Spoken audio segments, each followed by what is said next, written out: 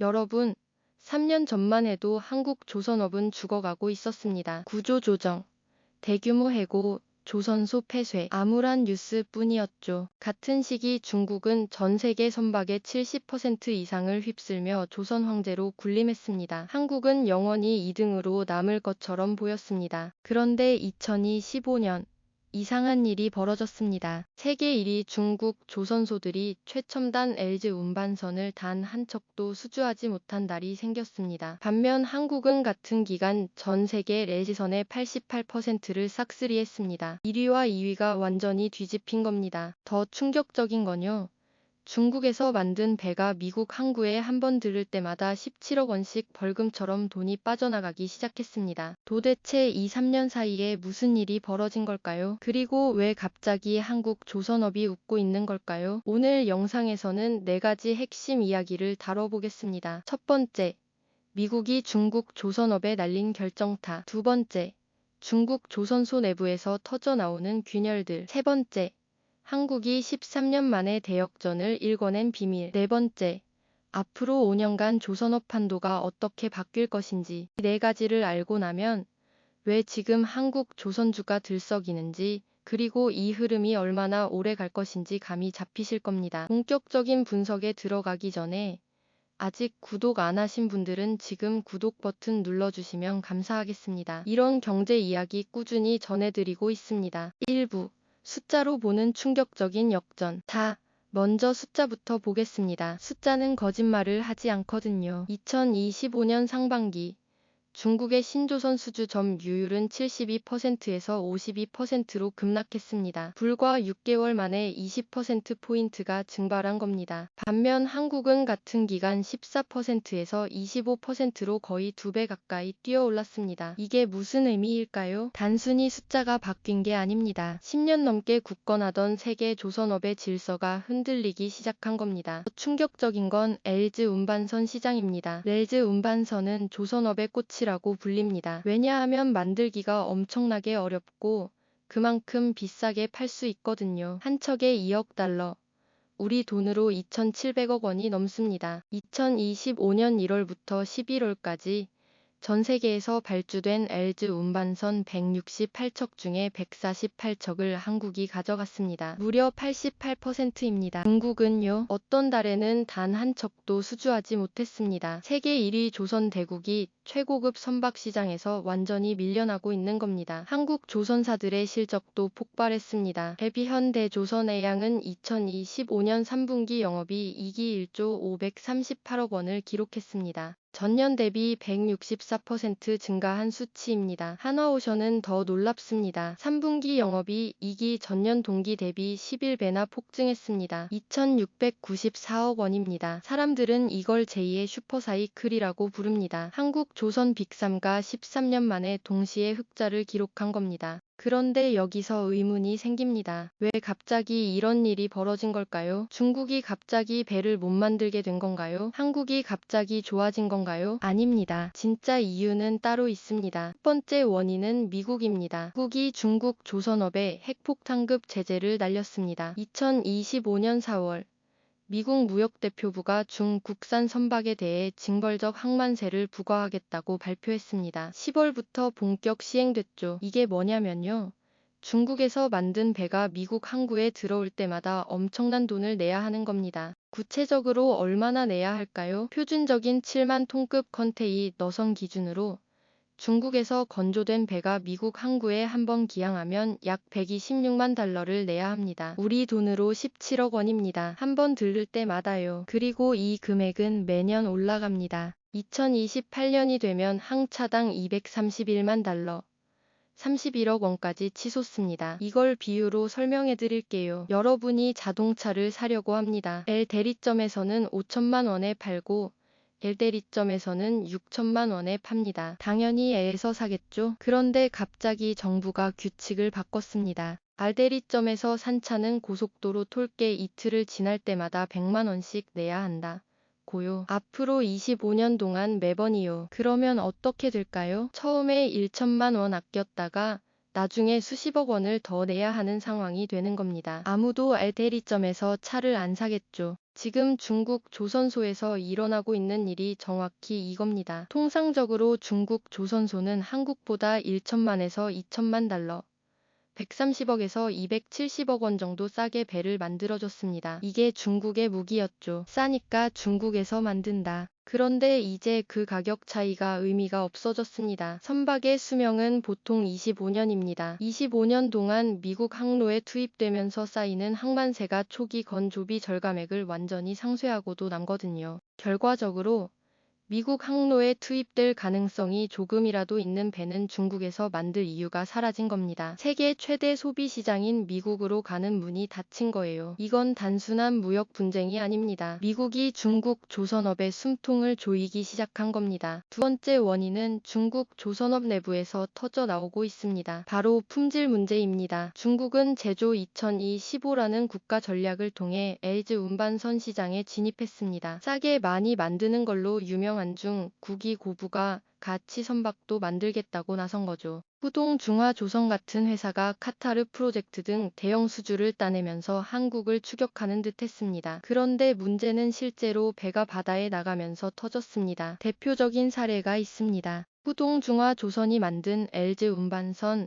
CSC 칭다오호가 호주 L 터미널에서 추진 시스템 고장을 일으켰습니다. 전력 공급이 완전히 끊긴 거예요. 바다 위에서 배가 멈춰버린 겁니다. 결과가 어땠을까요? 호주 해사 안전청으로부터 180일간 입항 금지 조치를 받았습니다. 반년 동안 호주에 들어오지 말라는 거예요. 이건 배의 신뢰도에 치명적인 낙인입니다. 이게 왜 심각한 문제인지 비유로 설명해 드릴게요. 렐즈 운반선은 영하 163도로 초저온 액화천 연가스를 싣고 다닙니다. 이 온도를 유지하려면 화물창 단열이 완벽해야 합니다. 만약 단열이 조금이라도 세면가스가 기화되면서 손실이 발생하고 최악의 경우 폭발 위험까지 있습니다. 이건 마치 아이스크림을 배달하는 냉동 트럭과 같습니다. 냉동 기능이 고장나면 아이스크림이 다 녹아버리죠. 그런데 LG 운반선에서 이런 일이 생기면 수백억 원의 손해와 함께 안전 문제까지 터지는 겁니다. 중국산 LG 선박에서 화물창 단열 성능 미비,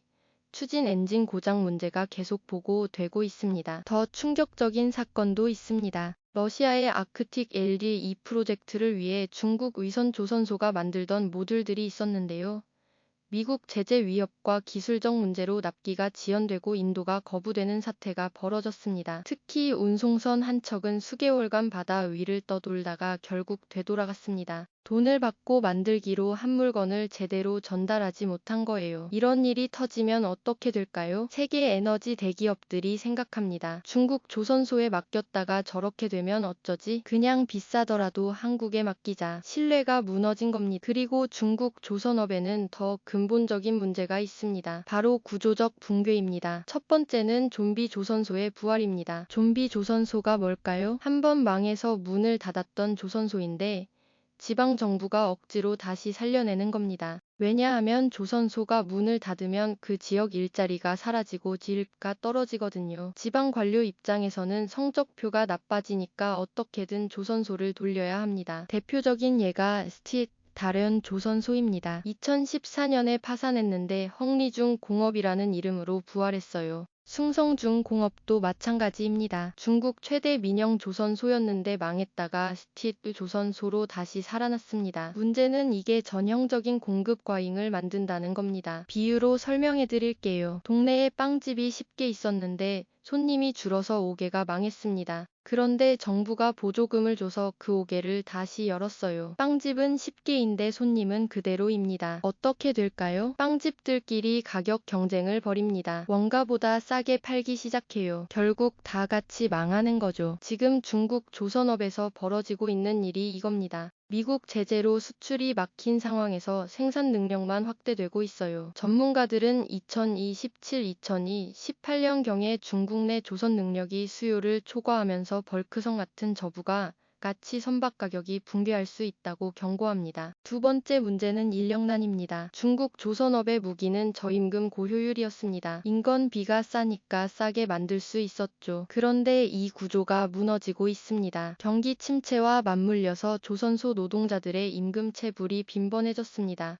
2025년 한 해 동안 여러 조선소에서 시위와 파업이 발생했어요. 숙련된 용접, 공과 도장공들이 임금 체불과 열악한 처우 때문에 현장을 떠나고 있습니다. 숙련공이 떠나면 어떻게 될까요? 건조 품질이 떨어집니다. 납기가 지연됩니다. 불량률이 늘어납니다. 앞서 말씀드린 품질 문제와 연결되는 거죠. 이건 악순환입니다. 품질이 떨어지니까 수주가 줄고, 수주가 줄어드니까 돈이 없고, 돈이 없으니까 임금을 못 주고, 임금을 못 주니까 숙련공이 떠나고, 숙련공이 떠나니까 품질이 더 떨어지고, 중국 조선업이 이 악순환에 빠지기 시작한 겁니다. 세 번째 원인은 한국입니다. 정확히 말하면 한국이 불황기에 갈고 닦은 기술력입니다. 한국 조선업이 지난 10년간 뭘 했는지 아시나요? 죽어가면서 기술을 쌓았습니다. 양으로 못 이기니까 질로 승부하기로 한 거예요. 그 결과 물이 바로 암모니아 추진 기술입니다. 암모니아가 왜 중요할까요? 지금 전 세계 해운업계는 탄소 중립이라는 거대한 숙제를 안고 있습니다. 2050년까지 탄소 배출을 제로로 만들어야 해요. 그러려면 기름 대신 친환경 연료를 써야 하는데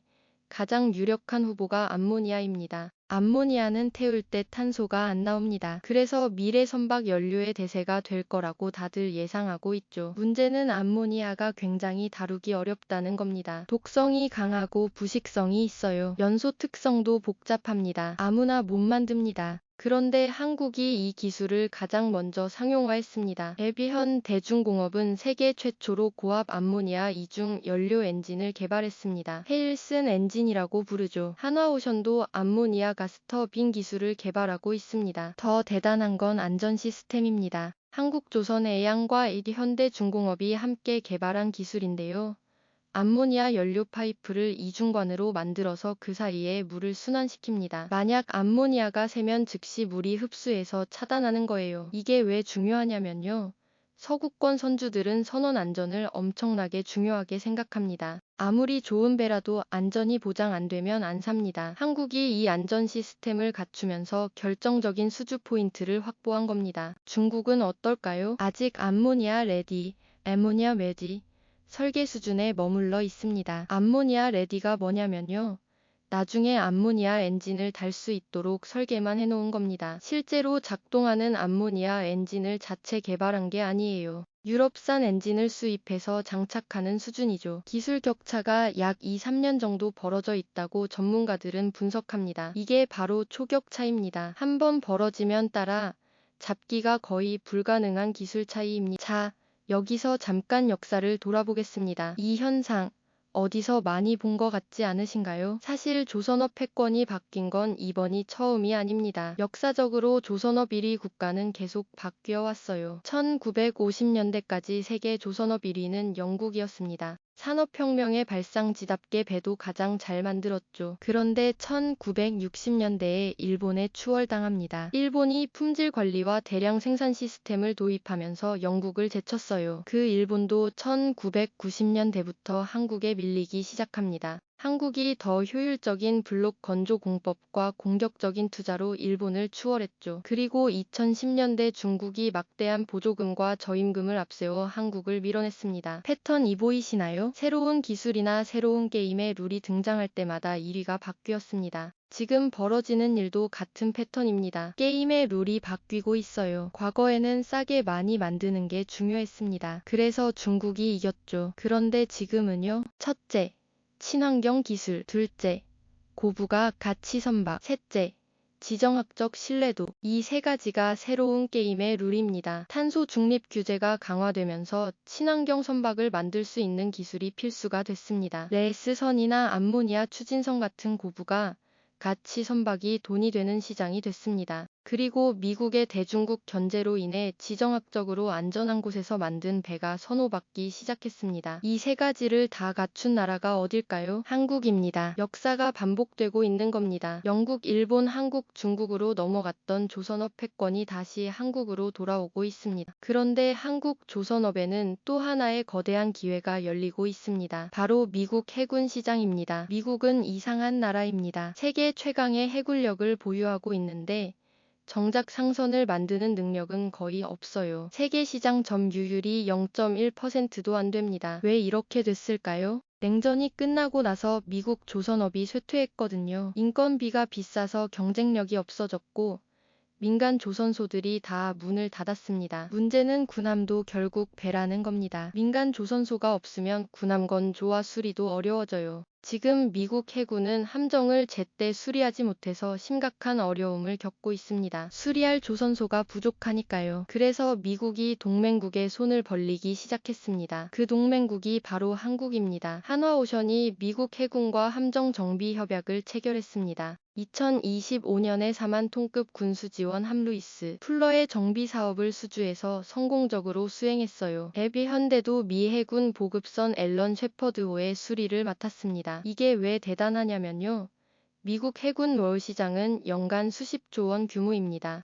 뭐냐면 유지 보수 정비, 메인터넌스, 레파어, 오몰혈의 약자예요. 배를 새로 만드는 것도 돈이 되지만 이미 있는 배를 고치고 관리하는 것도 엄청난 시장이거든요. 게다가 사업은 경기 변동에 덜 민감합니다. 세배 주문은 경기가 안 좋으면 줄어들 수 있지만 이미 있는 배는 어쨌든 수리를 해야 하니까요. 안정적인 현금 창출원이 되는 겁니다. 더 놀라운 건 한화오션이 미국 조선소를 인수했다는 겁니다. 필라델피아에 있는 필리 조선소를 1억 달러에 샀어요. 왜 이게 중요할까요? 미국에는 존스 액트, 던스얼프 라는 규제가 있습니다. 미국 연안 운송에는 미국에서 만든 배만 쓸 수 있다는 법이에요. 그래서 한국에서 아무리 좋은 배를 만들어도 미국 연안에서는 못 굴립니다. 그런데 한화오션이 미국 현지에 조선소를 갖게 됐죠. 이제 그 조선소에서 배를 만들면 미국 배로 인정받습니다. 미국 해군 신조 함정 건조 사업에도 직접 참여할 수 있는 교두보를 마련한 겁니다. 한국의 기술과 노하우를 미국 현지에서 활용할 수 있게 된 거예요. 한미 조선 동맹이 완성되고 있습니다. 자,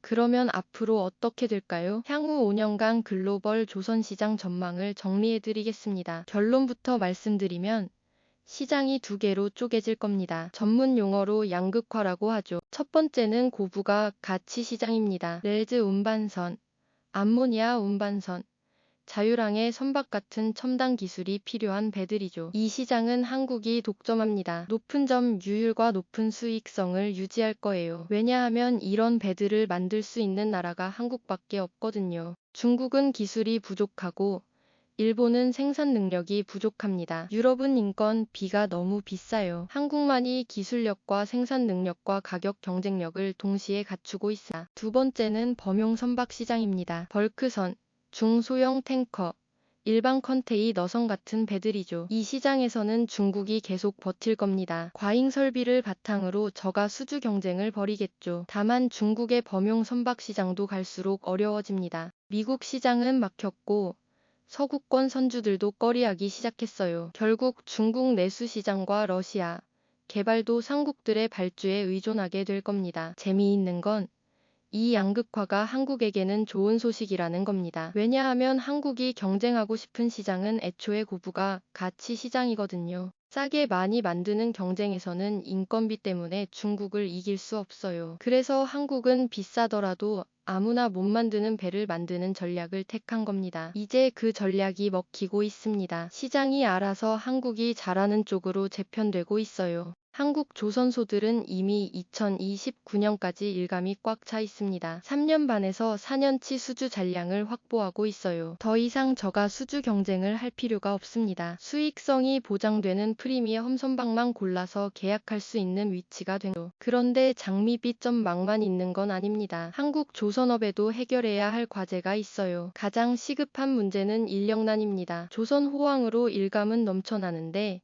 이걸 소화할 숙련공이 부족합니다. 내국인 생산직의 평균 연령이 계속 올라가고 있고 젊은 층은 조선소에서 일하려고 하지 않아요. 힘들고 위험하고 덥고 춥거든요. 그래서 외국인 근로자 의존도가 급격히 높아지고 있습니다. 한국 정부가 조선업 비자 쿼터를 확대해서 인력 수급을 지원해왔는데 이것도 한계가 있어요. 울산, 거제 같은 조선업 밀집 지역에서는 외국인 노동자 급증으로 인한 사회적 갈등도 발생하고 있습니다. 지역 사회와의 마찰, 내국인 역차별 논란, 노조 반발 등이 있죠. 한국 조선소들은 이 문제를 해결하기 위해 스마트야드 구축에 사활을 걸고 있습니다. 용접, 도장 같은 위험하고 꺼려지는 공정을 로봇으로 자동화하는 거예요. 목표는 자동화율 80%입니다. 디지털 트윈 기술도 도입하고 있어요. 가상 공간에 조선소를 똑같이 만들어 놓고 공정을 시뮬레이션하는 겁니다. 이렇게 하면 실제 건조 과정에서 발생할 수 있는 문제를 미리 발견하고 해결할 수 있죠. 건조 기간을 단축하고 원가를 절감하는 효과가 있습니다. 인력 문제를 기술로 해결하려는 시도입니다. 자,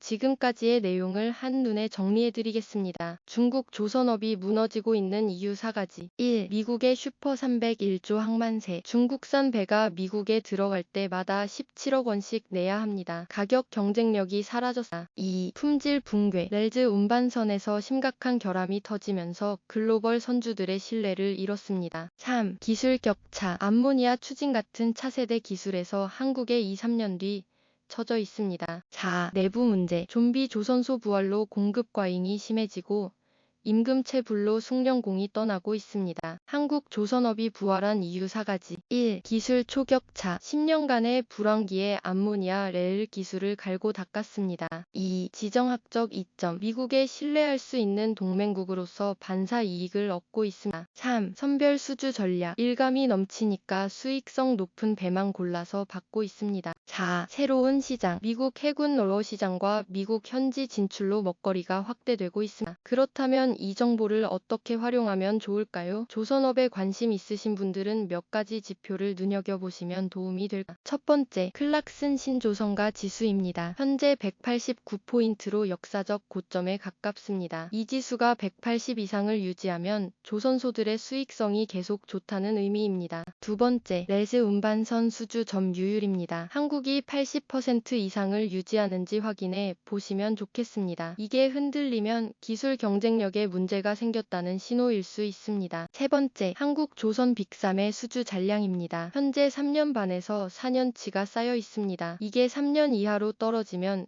경기 하강 신호일 수 있어. 네 번째, 미국의 대중 제재 강도입니다. 지금은 항만세를 부과하고 있는데 이게 더 강화되면 중국 조선업에 더 큰 타격이 가고 한국에는 더 큰 기회가 됩니다. 반대로 제재가 완화되면 상황이 달라질 수 있겠다. 다만 투자는 항상 신중하게 하셔야 합니다. 오늘 영상에서 다룬 내용은 산업 분석이지 투자 권유가 아닙니다. 개별 종목 투자는 반드시 직접 공부하시고 판단하시길 바랍니다. 오늘 우리는 중국 조선업의 몰락과 한국 조선업의 부활을 깊이 살펴봤습니다. 싸게 만드는 시대는 끝나고 있습니다. 이제는 안전하게, 깨끗하게, 믿을 수 있게 만드는 나라가 바다를 지배하는 시대가 오고 있습니다. 그 중심에 한국이 있습니다. 여러분은 이 조선업 슈퍼사이클이 얼마나 오래 갈 거라고 생각하시나요? 5년, 10년, 아니면 더 길게? 여러분의 생각을 댓글로 공유해 주시면 감사하겠습니다. 오늘 영상은 여기까지입니다. 긴 영상 끝까지 시청해 주셔서 정말 감사합니다. 오늘의 이야기가 좋으셨다면 구독과 좋아요 부탁드립니다. 그리고 듣고 싶은 경제 이야기를 댓글에 남겨주시면 다음에 만들어 드리겠습니다.